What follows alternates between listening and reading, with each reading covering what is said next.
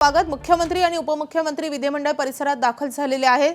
आज अर्थसंकल्पीय अधिवेशनाला सुरुवात होतीये आणि अधिवेशनाचा आजचा पहिला दिवस आहे। सगळे नेते आता विधिमंडळ परिसरात दाखल होतात। आपण थेट दृश्य पाहतोय। मुख्यमंत्री हे काही क्षणापूर्वीच विधिमंडळ परिसरात दाखल झालेले होते। त्यानंतर आता उपमुख्यमंत्री सुनेत्रा पवार विधिमंडळात दाखल होतात। त्यांच्यासोबत आणखी काही महिला मंत्री आणि नेते आपण पाहतोय, आमदार पाहतोय, आदिती तटकरे आहेत आणि त्यासोबत इतरही काही राष्ट्रवादीचे नेते, सरोज अहिरे आपल्याला दृश्यांमध्ये दिसतात। तर सुनेत्रा पवार यांचं हे पहिलंच अधिवेशन आहे। अजित पवार यांच्या निधनानंतरचं हे पहिलंच अधिवेशन आहे।